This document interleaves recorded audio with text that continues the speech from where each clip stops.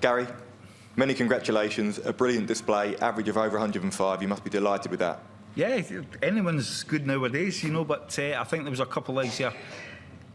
Oh, a good half dozen throws were 60 and under, so the average could have been better. Felt good, you know, when I was playing. First set, I was scoring well, couldn't hit a double, but second set it started to go in, so when you start hitting doubles, the confidence goes up a bit.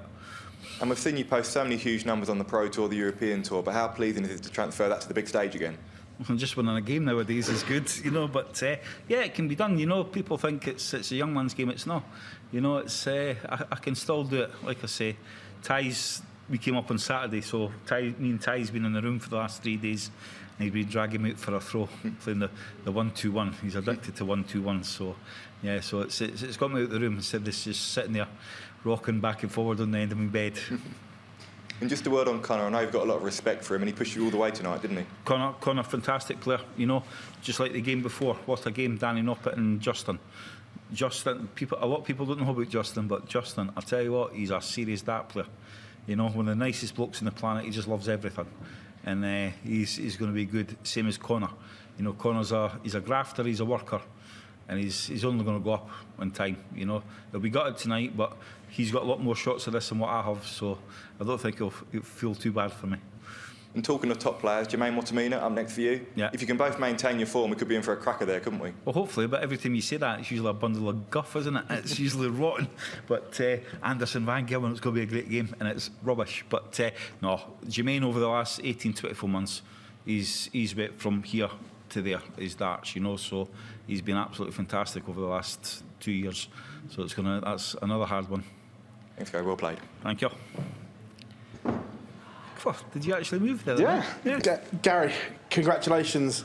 Birthday yesterday and sending out a real statement performance. Just to remind everyone that the Flying Scotsman can still compete at the World Championships. It must be a nice feeling. Can still play darts, yeah, now and again. Yeah, no, it was good, you know. Thanks for the birthday text as well. But yeah, love the tournament, but hate it at the same time, because I'm always a year older every time I come here, which is not good. But nah, listen, it's nice to play how you know you can play. It doesn't happen a lot nowadays, but it went well tonight. I say, is it just a reminder, not to everyone else, but to yourself, that you can still do it on the stage? Because you've made a lot of this, that you still do it on the floor and so on, but you haven't transferred it. So is that a nice reminder to yourself that it's still there? I mean, I've kind of got to a stage that I would quite happily carry on doing pro tours for the rest of my life. You know, TV ones and that, I don't think I would miss them. But it's just nice to play well. You know, people have been up me since my last game here about changing back to my old stems and flights, and I've been determined to stick with them because I know how well they go. And tonight they've done exactly what I know they can go like.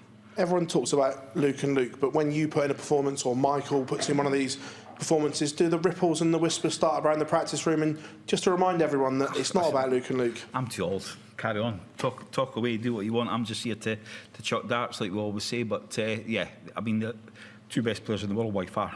You know, we're kind of, it's like the old days when I played with Taylor and that. You know, everyone was chasing Taylor, and it's the same now with these two. But they can, you know. I mean, look what I played the other night. He wasn't as dominating in that match as what he usually is. You know, he was a bit against Davies. He was a bit off his core a bit. Tough afternoon for your World Cup teammate as well, Peter Wright. Did you see that? He's really struggling at the moment, and obviously you spend a lot of time in and around it. Can you put your finger on why he can't rediscover this form? We can't play well all the time. People think we're robots. You know, you've just got to play well all the time. Or he's had a bad couple of games, he's finished, he's retiring. Just give folk a break. You know, we can't keep doing that day in and day out. You know, we've seen Michael do it, Michael Van Gilman, for probably the last decade. He has a blimp. Well, that's him, he's finished. Give the bloke a bit of time, you know. We can't keep doing it day after day, month after month, year after year. It'd be nice to, you know, but we just can't. It's just one of these things. Gary, congratulations on a very good performance there. You've always been a very fluent player, and you love a game when both of you are flowing, and that game with Connor was as such. But do you feel that you're more relaxed in your approach to these bigger tournaments now? It just seemed you was just free-flowing and everything was hunky-dory. There was times I can remember being sick in one of the staff's Hoover box, you know. It was the only thing I used to get so sick with nerves and that before I went on stage. Every time I was outside being proper violently sick. But now it's just like, nah, you know what, it just doesn't kick in now. Are you finally enjoying it then? I do enjoy it. It's this bit here that I don't enjoy. But no, I do like playing darts, you know, and it's like I say, we Ties playing darts now, so I need to show a bit more interest and kick him up the backside and get him a bit better. And you're going into round 3, obviously you've got the Christmas break, but what's Christmas for the Anderson family this year? Well, I think I'm just going to stick to the greens because my shirt's getting a bit tight on me. So, yeah, no, it'll be good. You know, it's nice to spend time at Christmas. You know, I think for the last 10 years, I've spent my birthday sitting in a hotel room on my own. I can remember turning 50, no one about, sitting on the end of my bed going, oh, this is great, isn't it? But, no, it'll be nice to get back. You know, it's always nice to get back, and especially getting to your own bed.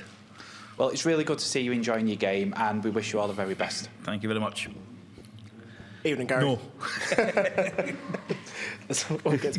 Evening, Gary. Congratulations today. Great to meet you as well. I know you've said before in the past you used to get really frustrated by questions of people asking about retirement and stuff like that.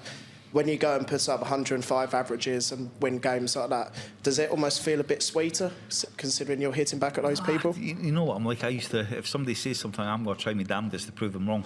It used to be Mardle. He used to wind me up and say, that's it, he's done, he's passed it. Oh, is that right? Don't think so, son. You know, and that's what used to get me going. But it is, I mean, it's listen, I watched Paul Lim the other night, 71 years old, fantastic. I wish I had his commitment to loving darts as much as what he does, because he's an absolute gem, you know, and he just loves playing darts. Doesn't need to play darts, but he just loves playing darts, and he's still bloody good. You know what I mean? He's something else. He's an absolute legend in the game. So age, I don't think matters. We've actually asked a few players here, you know, if you could see yourself playing at 71, do you think you got 16 more years left on your hockey? Have a hell. I'd like to. I've worked out if Ty turns 16 and he's good enough to play on that stage, I'll be 60. So we're going to try to do it. I just want to give him such a hammering on that stage before I finish. But the way he's playing now, I think he's going to do all right in the future. We now have you now have like a £1 million prize potentially up stakes. Could you? When you think of the first darts tournament you won, you know, what was the prize at the time, and set the scene compared to what it is like now? I think it was a chicken hamper and a free set of darts, you know, back. No, we used to play tournaments.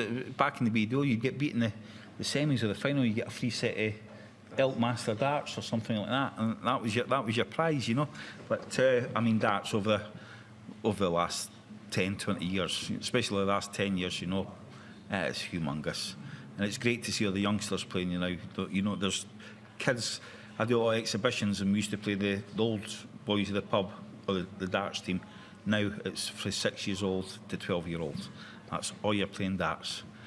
And just finally, we've seen 16 seeded players have gone out already. I think 3 or 4 of the top 10 are already out as well. You know, what do you think's happened this year? Like, well, I've been looking at a few games, and I like to look at the averages.